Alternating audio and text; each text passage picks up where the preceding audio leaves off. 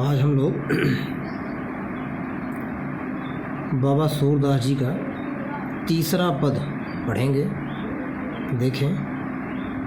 किलकत कान घुटुरुवन आवत, मणिमय कनक नंद कयांगन, बिंब पकड़बे धावत। कबहु निरखरि आप छाह को, करसो पकड़न चाहत, किलक हंसत राजा द्वैदतिया, पूनि पूनि तिया उगाहत। कनक भूमि पर कर पग छाया, यह उपमा एक राजति, करी करी प्रतिपद प्रतिमन वसुधा, कमल बैठकी साजत। बाल दहा सुख निरख जशोदा, पुनि पुन नंद बुलावत, अचरा तरल ढाक सुर पे प्रभु को दूत किया। देखिए, बाबा सूरदास जी को वात्सल्य का सम्राट कहा जाता है। इस पद में यह बात पूर्णतः प्रदर्शित होती है, बाबा सूरदास वास्तव में वात्सल्य के सम्राट हैं। इस पद में उन्होंने भगवान श्री कृष्ण के बाल सौंदर्य का बड़ा ही अनूठा वर्णन किया है और उनकी इस मनोहारी बाल सुलभ चेष्टा को देख करके माता सुधा कितना भाव विभोर हैं, इसका उन्होंने यहाँ पर वर्णन किया है। देखें। किलकत कान घुटुरुवन आवत, किलकारी मारते हुए कान अर्थात श्री कृष्ण घुटनों के बल चले आ रहे हैं। कहाँ? बाबानंद के आंगन में खेलते हुए। यह मणिमय कनक नंद के आंगन, बिंब पकड़िए धावत। आंगन का मणिमय अर्थात मणि से युक्त, कनक माने सोना, करे स्वर्ण युक्त मणि जटित बाबानंद के आंगन में भगवान श्री कृष्ण इस प्रकार से बाल सुलभ चेष्टा करते हुए बिंब पकड़िबे धावत। बिंब मतलब परछाई, धावत मतलब दौड़ना, दौड़ करके अपने ही परछाई को पकड़ना चाहते हैं। मणिमय कनक नंद के आंगन, बिंब पकड़िबे धावत। बाबानंद का जो स्वर्णमयी मणिजटित आंगन है, उस आंगन में भगवान श्री कृष्ण क्या कर रहे हैं?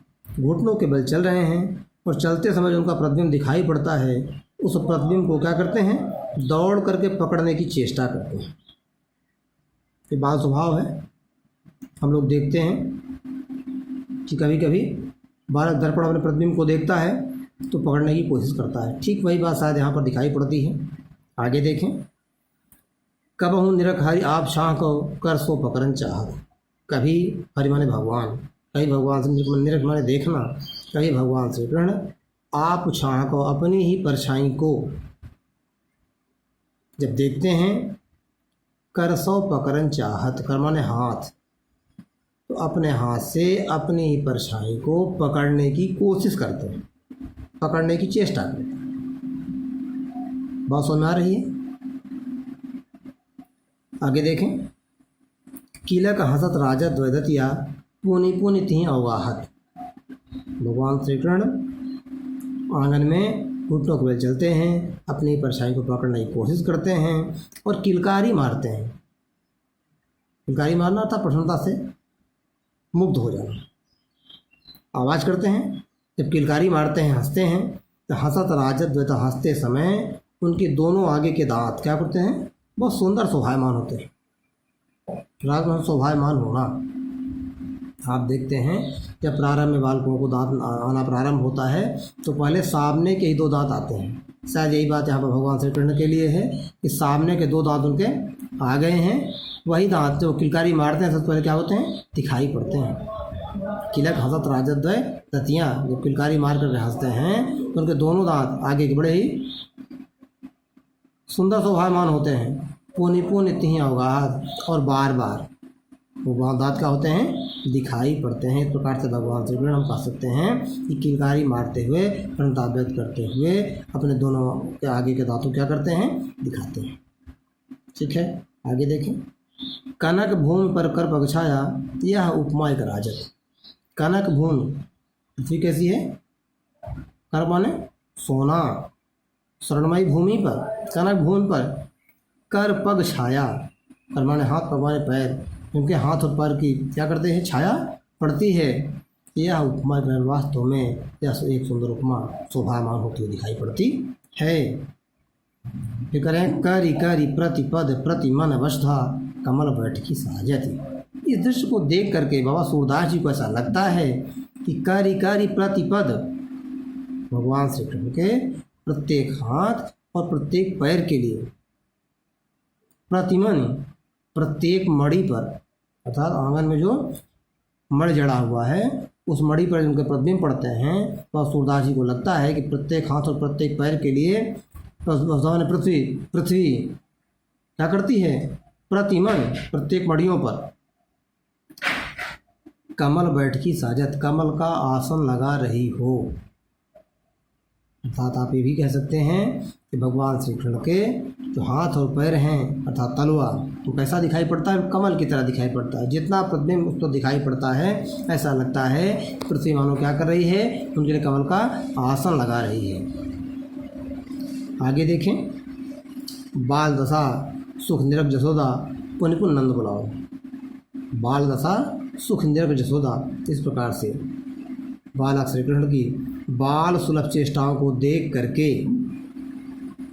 माता यशोदा क्या होती हैं, अत्यधिक प्रसन्न होती हैं और उस प्रसन्नता के अतिरिक्त में क्या करते हैं, डूब जाती हैं, गोता लगाती हैं और खुद तो भाव विवल होती हैं। पुन पुन बार बार दौड़ करके जाती हैं, बाबानंद को बुला करके उनको भी उस बाल सुलभ चेष्टा को दिखाने की कोशिश करती हैं कि देखें तो एक बार श्री कृष्ण कैसा कर रहा है।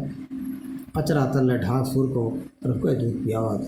अंततः जो माता का स्वभाव होता है उस स्वभाव के अनुरूप ही माता यशोदा ने भी काम किया। इस प्रकार से खेलते हुए आंगन में भगवान श्री कृष्ण को उन्होंने क्या किया, उठा लिया, उठा करके अपने आंचल के नीचे ढक लिया। अचरा तरल ढाक, आंचल माने आंचल, आंचल के नीचे क्या किया, ढक लिया। प्रभु को दूध पिया। सूरदास जी कहते हैं कि माता यशोदा भगवान श्री कृष्ण क्या करने रही हैं, स्तनपान कराने, दूध पिलाने लगे। अर्थात यहाँ पर वात्सल्य की वो अनुपम छटा दिखाई पड़ती है जो भगवान श्री कृष्ण के प्रति बाबा सूरदास जी ने व्यक्त किया है। बोलता है हमारी बात आपको समझ में आई होगी। अब हम लोग क्या करते हैं, काव्य सौंदर्य। पहले ही आपसे चर्चा हो चुकी है कि सबसे पहले लोग क्या करते हैं, संकेत। संकेत में क्या करते हैं, प्रारंभ के एक शब्द लिखते हैं पद के, जैसे किलकत कांत, किलकत लिख दिया, डैश डैश डैश, अंत में क्या किया, दूध पियावत। अर्थात इस बात को हम लोगों ने संकेत के माध्यम से व्यक्त कर दिया कि यहाँ से लेकर के यह पद यहाँ तक है। ठीक, फिर संदर्भ। संदर्भ में क्या लिखते हैं, जहाँ से पद लिया गया होता है, जिसके द्वारा रचित होता है, उस संदर्भ के अंतर्गत हम लोग लिखते हैं। प्रसंग। प्रसंग क्या है, उस पद में किस बात का वर्णन किया गया है, ये प्रसंग है। संकेत, संदर्भ, प्रसंग, फिर व्याख्या, इसके बाद काव्य सौंदर्य। काव्य सौंदर्य एक बार हम लोग देखते हैं यहाँ पर। रस कौन सा है इसमें, अभी हम लोगों ने बात किया, वात्सल्य रस है। कौन सा रस है, वात्सल्य रस। ठीक है। छंद गे है, कैसा है, गे है, गेयात्मक भी कर सकते हैं, गे। ठीक। अलंकार हम लोग पाठ्यक्रम में तो नहीं है, फिर भी हम आपसे बता रहे हैं। जहाँ पर लिखा है करि करि प्रति प्रति प्रतिपद प्रतिमन, यहाँ पर क्या होगा, पुनि पुनि, ये सब क्या क्या प्रदर्शित करते हैं। एक होता है पुनरुक्ति प्रकाश अलंकार, यहाँ पर पुनरुक्ति प्रकाश है और अनुप्रास भी है। ठीक। रस छंद अलंकार, ये तीन बातें हो गई। अब हम लोग क्या कहते हैं, भाषा। सूरदास की भाषा जगत विश्रुत है। कौन सी भाषा है उनकी, ब्रज भाषा। भाषा कौन सी है, ब्रज भाषा। ठीक। शैली क्या है, मुक्तक। शैली कौन सी है, मुक्तक। रस, छंद, अलंकार, भाषा और शैली। अब हम लोग पढ़ते क्या देखते हैं, शब्द शक्ति क्या है। शब्द शक्ति आप लोगों ने पढ़ा होगा, अभिधा, लक्षणा और व्यंजना 3 प्रकार की होती है। यहाँ पर क्या दिखाई पड़ती है, अभिधा और लक्षणा दोनों दिखाई पड़ती है। ठीक। तो यहाँ पर शब्द शक्ति कौन सी हो सकती है, अभिधा और लक्षण। गुण कौन से होंगे? माधुर्य गुण। कौन सा होगा? माधुर्य गुण। ठीक, माधुर्य गुण भी 3 होते हैं। कौन कौन? ओज, प्रसाद और माधुर्य। यहाँ पर माधुर्य गुण की दिखाई पड़ती है। ठीक, इस प्रकार से काव्य सौंदर्य हो गया। मुझे लगता है बात आपको समझ में आई होगी।